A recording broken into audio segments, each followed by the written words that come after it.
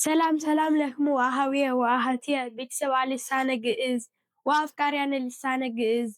ይዚ ዘአቀርብ ለክሙ በእንተ ባህርያተ ግሳት ዘአጽቀ ፊደላት ይሆሙ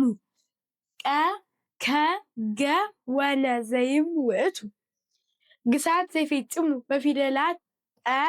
ከ ገ ወነ ቦሙ ሊሉየ ንባበ እምነ ካልአን ግሳት ወይዘረዘሩ በአሰርቱ መራሕያን ፍጹም ሰላም ንኣኻትኩም ይኹን ኣሕዋተይን ኣሓተይን ፈተውቲ ቋንቋ ግዕዝ ቤተሰብ ቋንቋ ግዕዝ ሎሚ ንሪኦ ብዛዕባ ባህርያት ብቀ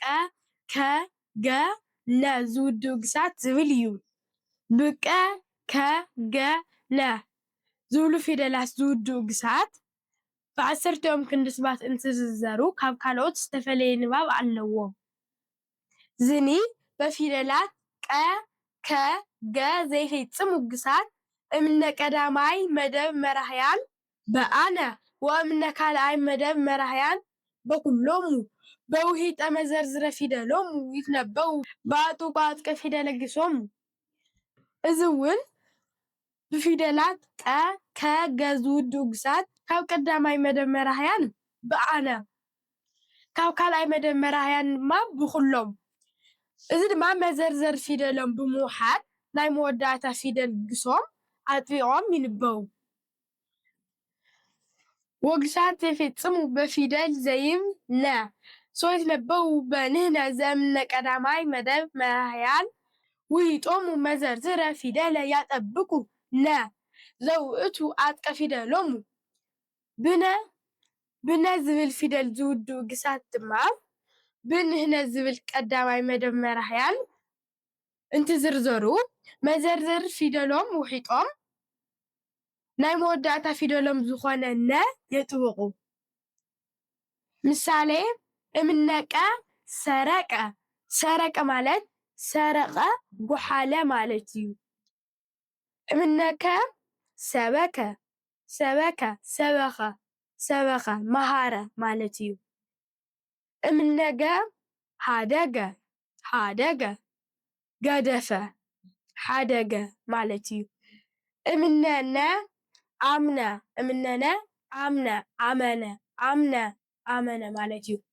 ዘይብሉ ግሳት ወይዘረዘሩ በአሰርቱ መራሕያን እዚኦም ብዓሰርቲኦም ክንዲ ስማት እንትዝርዘሩ ሰረቀ ዘይብል ግስ ወይዘረዘር በአሰርቱ መራሕያን ሰረቀ ዘይብል ግስ ወይዘረዘር በአሰርቱ መራሕያን አነ ሰረቅኩ ንህነ ሰረቅነ አንተ ሰረቀ አንቲ ሰረቂ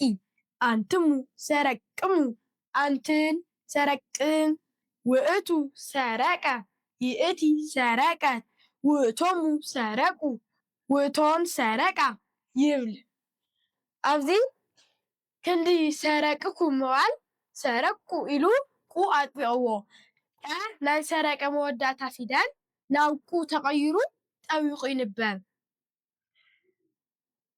ኣብ ካልኣይ ሰረቅነ ዝብል እዚ ትክክል እዩ ኣብ አንተ ድማ ሰረቅከ ኣብ ክንዲ ምባል ሰረቀ ንብል ሰረቀ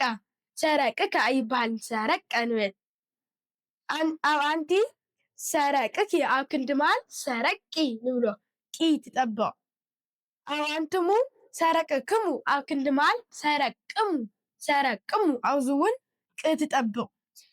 ኣብ አንትን ሰረቅክን ኣብ ክንዲ ምባል ሰረቅን ንብሎ ኣብዚ ዝጠብቅ ቁ ኣብዚ ቀ ኣብዚ ድማ ቂ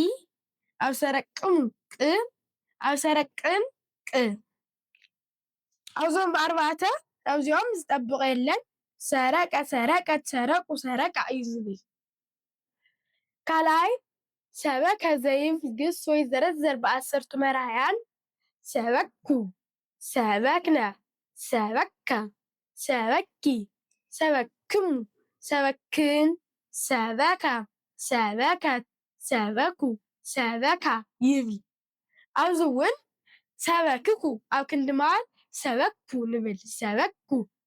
ሰበኩ እዚኣ ኩ ትጠብቅ ሰበክነ ኣብዚ ዝጠብቅ የለን ትክክል እዩ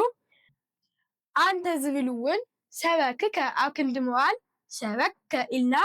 ከ ነጥብቆ አንቲ ኣብ ዝብል እውን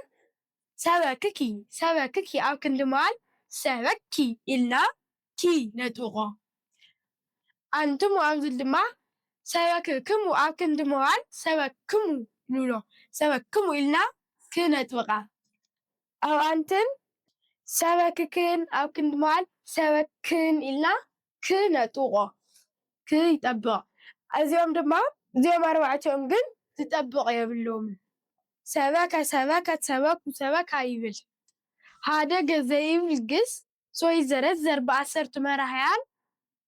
ኣነ ሃደጉ ንሕነ ሃደግነ አንተ ሃደገ አንቲ ሃደጊ አንትሙ ሃደግሙ አንትን ሃደግን ውእቱ ሃደገ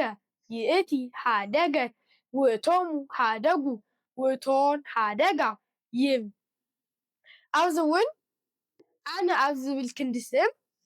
ሃደግኩ ዝብል ሃደግኩ ኣብ ክንዲ መዋል ሃደጉ ኢሉ ጉ ዝብል የጥብቆ ንሕነ ሃደግነ እዚ ዝጠብቕ የብሉን ሃደግነ ከም ዘለታ ሳልሳይ አንተ ብዝብል ድማ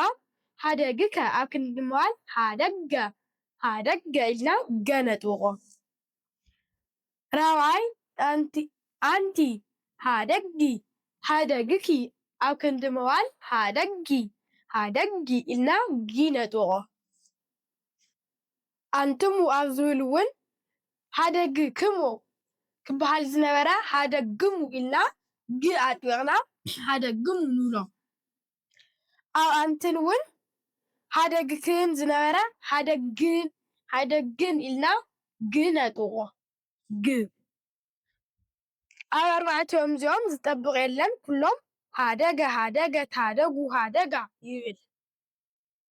ኣምነ ዘይብል ግስ ይዘረዘር ብኣሰርቱ መራሕያን ኣመንኩ ኣመነ ኣመንከ ኣመንኪ ኣመንክሙ ኣመንክን ኣምነ ኣምነት ኣምኑ ኣምና ይብል ኣብዚ ኣብ ብነ ዝፍፅሙ ግሳት ድማ ኣብ ንሕነ ጥራሕ ኣመንነ ክብል ዝነበረ ኣመነ ኢሉ ነ የጥብቕ እምበር ኣብ ካልኦቱ ዝጠብቕ የለን ኣመነ ኢሉ ነ የጥብቕ ኣመነ ኢሉ ነ ኣጥቢቑ ኣመነ ይብል ኣብ ክንዲ ኣመንነ ምባል ከምዚ ይብል በሰላም ጽኑዕ ኣሃውየ ወኣሃትየ ጥቀ ሲባክሙ ይትርሱ ፈለው ላይክ ሰብስክራይብ ኮመንት